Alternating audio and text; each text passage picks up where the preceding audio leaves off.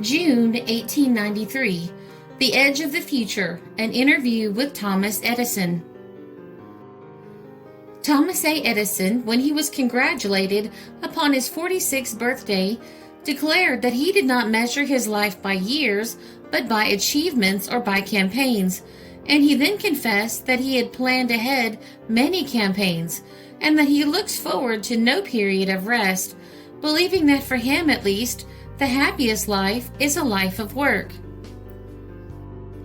In speaking of his campaigns, Mr. Edison said, "I do not regard myself as a pure scientist, as so many persons have insisted that I am.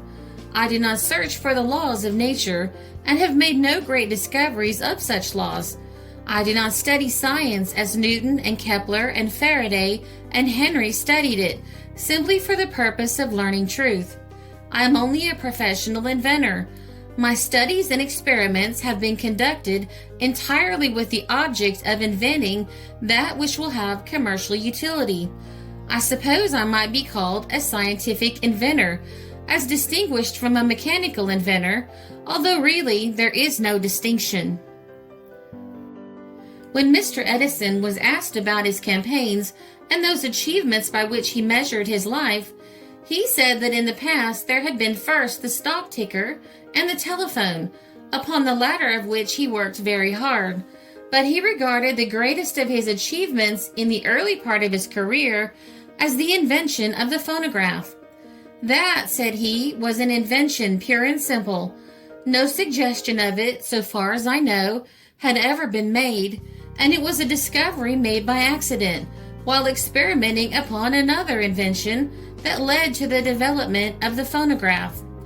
My second campaign was that which resulted in the invention of the incandescent lamp. Of course, an incandescent lamp had been suggested before. There had been abortive attempts to make them even before I knew anything about telegraphing. The work which I did was to make an incandescent lamp, which was commercially valuable, and the courts have recently sustained my claim to priority of the invention of this lamp. I worked about 3 years upon that. Some of the experiments were very delicate and very difficult. Some of them needed help, which was very costly. That so far has been, I suppose, my chief achievement. It certainly was the first one which made me independent and left me free to begin other campaigns without the necessity of calling for outside capital or of finding my invention subjected to the mysteries of Wall Street manipulation. The hint contained in Mr. Edison's reference to Wall Street and the mysteries of financiering which prevail there led naturally enough to a question as to Mr. Edison's future purpose with regard to capitalists, and he said, "In my future campaigns, I expect myself to control absolutely such inventions as I make. I am now fortunate enough to have capital of my own, and that I shall use in these campaigns. The most important of the campaigns I have in mind is one of which I have now been engaged for several years. I have long been satisfied that it was possible to invent an ore concentrator which would vastly simplify the prevailing methods of extracting iron from earth and rock, and which would do it so much cheaper than those processes as to command the market. Of course, I refer to magnetic iron ore. Some of New Jersey contains practically inexhaustible stores of this magnetic ore, but it has been expensive to mine. I was able to secure mining options upon nearly all these properties, and then I began the campaign of developing an ore concentrator which would make these deposits profitable again. This iron is unlike any other iron ore. It takes 4 tons of the ore to produce 1 ton of pure iron, and yet I saw some years ago that if some method of extracting this ore could be devised and the mines controlled, an enormously profitable business would be developed, and yet a cheaper iron ore, cheaper in its first cost, would be put upon the market. I worked very hard upon this problem, and in one sense successfully, for I have been able by methods to extract this magnetic ore at comparatively small cost, and deliver from my mills pure iron bricklets. Yet I have not been satisfied with the methods, and some months ago I decided to abandon the old methods and to undertake to do this work by an entirely new system. I had some 10 important details to master before I could get a perfect machine, and I have already mastered 8 of them. Only 2 remain to be solved, and when this work is complete, I shall have, I think, a plant and mining privileges which will outrank the incandescent lamp as a commercial venture, certainly so far as I am myself concerned. Whatever the profits are, I shall myself control them, as I have taken no capitalist in with me in this scheme. Mr. Edison was asked if he was willing to be more explicit respecting this invention, but he declined to be further than to say, "When the machinery is done as I expect to develop it, it will be capable of handling 20,000 tons of ore a day, with 2 shifts of men, 5 in a shift. That is to say, 10 workmen working 20 hours a day in the aggregate will be able to take this ore, crush it, reduce the iron to cement-like proportions, extract it from the rock and earth, and make it into bricklets of pure iron, and do it so cheaply that it will command the market for magnetic iron." Mr. Edison, in speaking of this campaign, referred to it as though it was practically finished, and it was evident in the conversation that already his mind turns to a new campaign, which he will take up as soon as his iron ore concentrator is complete and its work can be left to competent subordinates.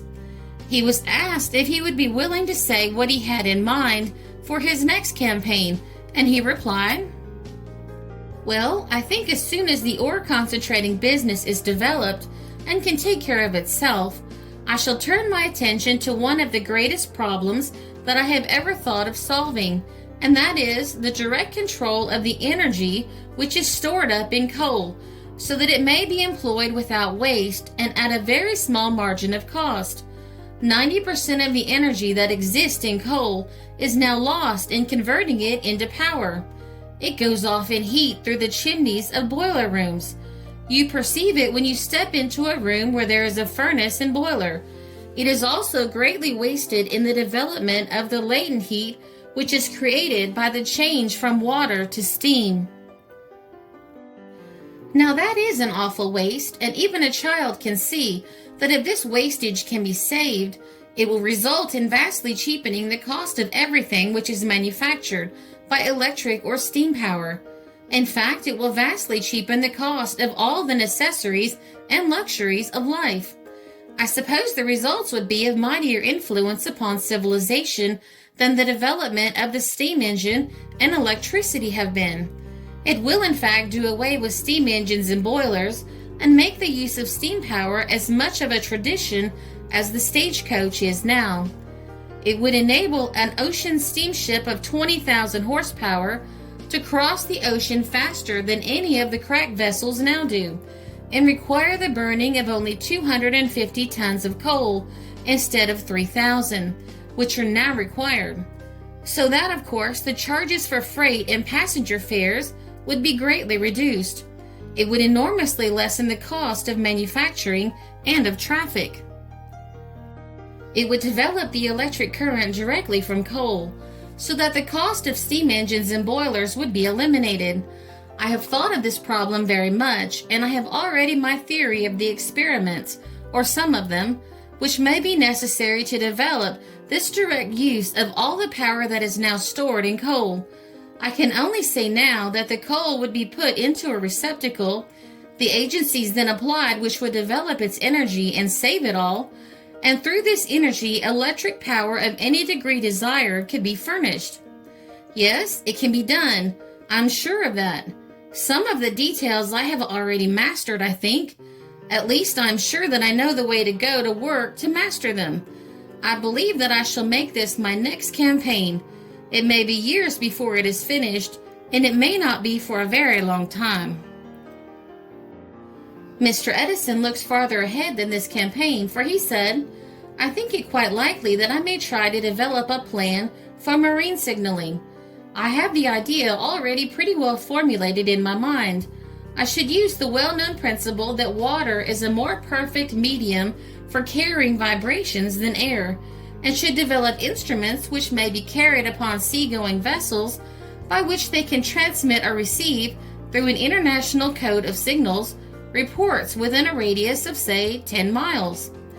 Mr. Edison believes that Chicago is to become the London of America early in the next century, while New York will be its Liverpool, and he is of the opinion that very likely a ship canal may connect Chicago with tidewater, so that it will itself become a great seaport.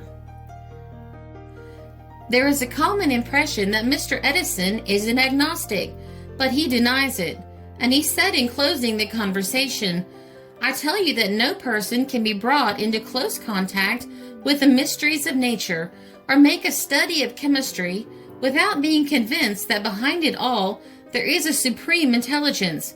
I'm convinced of that, and I think that I could, perhaps I may sometime, demonstrate the existence of such intelligence through the operation of these mysterious laws with the certainty of a demonstration in mathematics."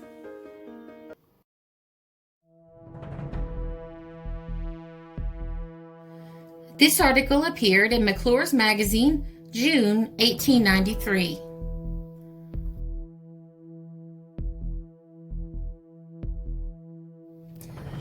This is a Country Road production because history is fascinating.